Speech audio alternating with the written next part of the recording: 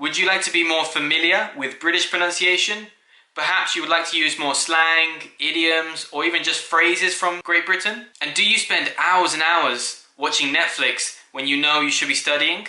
Well, don't worry, in this video I'm going to recommend 5 of my favourite British TV series so you can do both of those things at the same time. Let's do this.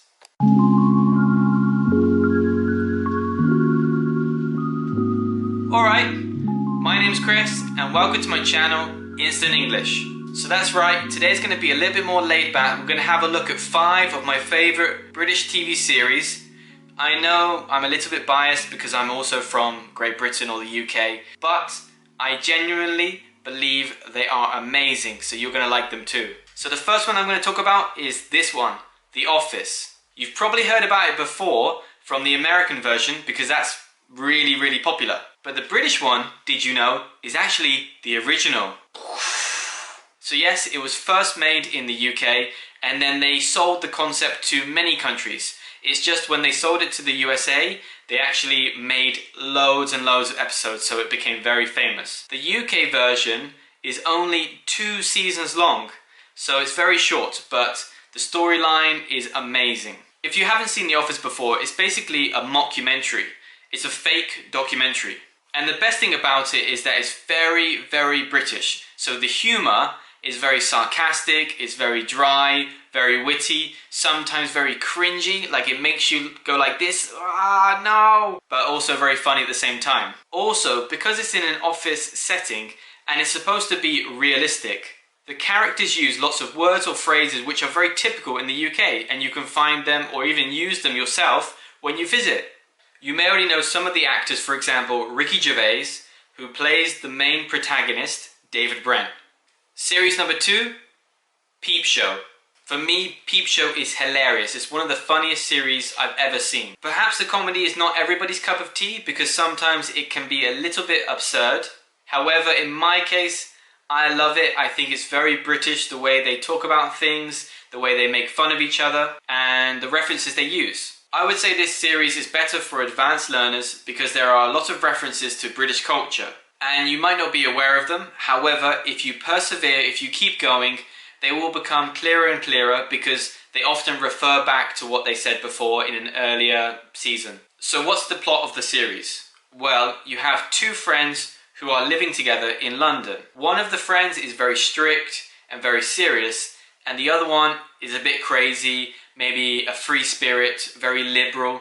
So they often fight between each other about how they should live their lives. But probably the funniest thing is that they're both social outcasts and they are always trying to blend in with society or trying to find a girlfriend or a better job, but they just can't do it because they're a bit weird. So it creates a lot of funny situations. The next series I'm going to talk about is this one, Peaky Blinders. I really want you to watch this series because in this series you can hear a variety of different accents. Mainly, you'll hear the Brummie accent, which is from Birmingham. But the series also contains actors with Irish accents, Scottish accents, and other parts of the UK. Also, there's a lot of bad words or swear words that you can learn and will help you in the future if you do visit the UK.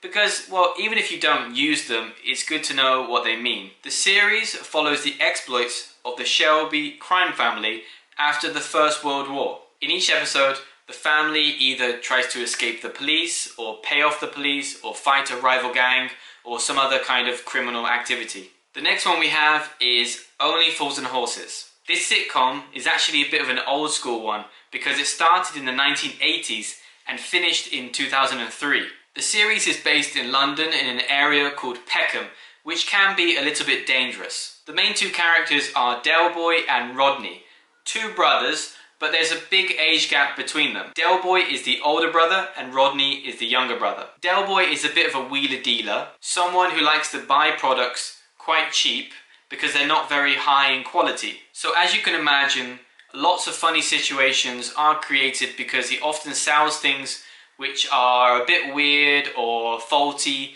and the people get angry with him, so he has to run away or hide, and his brother gets angry with him as well, so it's just really funny. And the last one from Great Britain that I love is this one. It is true that in this series you might hear some American accents because some of the episodes are based or set in the United States. However, the majority of it is based in the UK. This series is actually made up of standalone episodes, so you can just watch one and then the next one will be something completely different. So it's a little bit difficult to describe what each episode of Black Mirror is about because it's often changing. However, in general, the topics are quite futuristic and thought-provoking, so give it a try. All you have to do now is pop to the shop, get some chocolate, get some popcorn, get something fizzy to drink, sit on the sofa and practice your British English. Once you do watch them, leave a comment below. Tell me what you think, if you like them, if you don't like them, if you have any questions about vocabulary. I'd love to get back to you and discuss what you think. Thank you for watching. Don't forget to like and subscribe so you know when I'll upload another video. Bye!